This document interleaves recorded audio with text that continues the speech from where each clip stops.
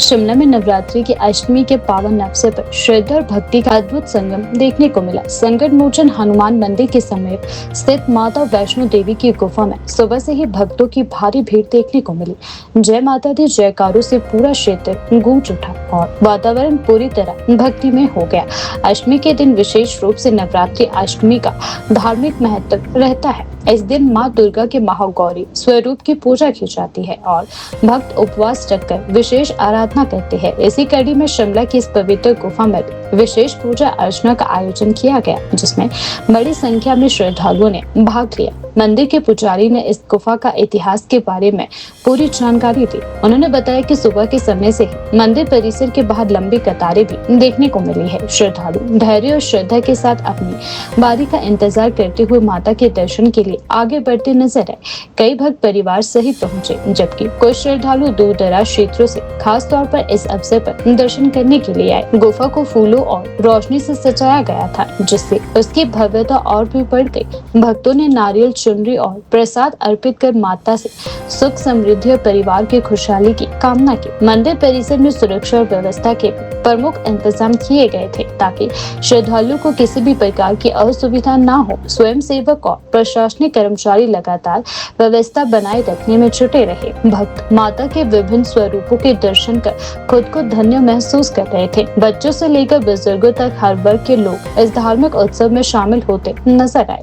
यह पवित्र गुफा शिमला के श्रद्धालुओं के लिए आस्था का एक प्रमुख केंद्र बन चुकी है, जहां हर साल नवरात्रि के दौरान विशेष उत्साह भी देखने को मिलता है। अष्टमी के इस पावन दिन पर उमड़ी यह भीड़ एक बार फिर साबित करती है कि लोगों की आस्था और विश्वास आज भी उतना ही मजबूत है। कुल मिलाकर अष्टमी का यह पर्व शिमला में भक्ति, आस्था और सांस्कृतिक एकता का बड़ा उदाहरण बनकर सामने आया है, जहां हर श्रद्धालु मां के चरणों में शीश नवाकर अपने जीवन को धन्य बनाने की कामना करता नजर आया। आपने जो दर्शन किया, ये तीनों देवियां, माँ काली, माँ लक्ष्मी, माँ सरस्वती, ये तीनों जो हैं स्वयंभू हैं। हमारे गुरुजी ब्रह्मलीन महामंडलेश्वर स्वामी बालुगी अर्जुनपुर जी, हरिद्वार में आश्रम है इनका, सप्तऋषि रोड पे, श्री तुलसी मानस मंदिर के नाम से। इनको कई बार दृष्टांत हुआ, सपना हुआ माता रानी का। उसके बाद इन्होंने गवर्नमेंट से परमिशन लेकर इस पहाड़ी की खुदाई करवाई, ब्लास्टिंग करके सारा तोड़ा गया। उसी ब्लास्टिंग में तीनों देवियां निकली हैं, माँ काली, माँ लक्ष्मी, माँ सरस्वती। वही रूप है जम्मू वाली माता की। जिनके मन में इच्छा होती है जाने की और किसी कारणवश वो नहीं जा पा रहे हैं, वो आके माता रानी के दर्शन यहाँ कर लेते हैं। जय माता। 24 साल हो गए, 2002 में निकाली गई थी। ये 150 फीट लंबी गुफा है।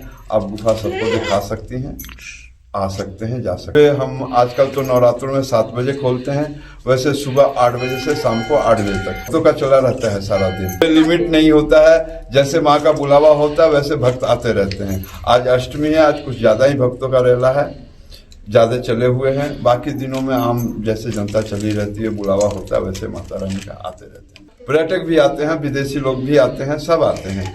मैंने बताया तो आपको, जिसकी बुलावा होता है माता रानी का वही दर्शन करने आते हैं। कई तो भगत ऐसे हैं जो बाहर से ही घूम के चले जाते हैं, गुफा के बाहर से, कहने के बाद भी नहीं आते, तो उनका दर्शन नहीं है। कई नीचे से नहीं आ पाते, क्योंकि हमने बहुत सीढ़ियाँ बनाने की कोशिश की, लेकिन माता रानी का भी हुक्म नहीं हुआ, बन नहीं पा रहा है, फिर भी लोग चले रहते हैं। देखिए कैसे भीड़ है लोगों की। थोड़ा इधर कैमरा। जय माता।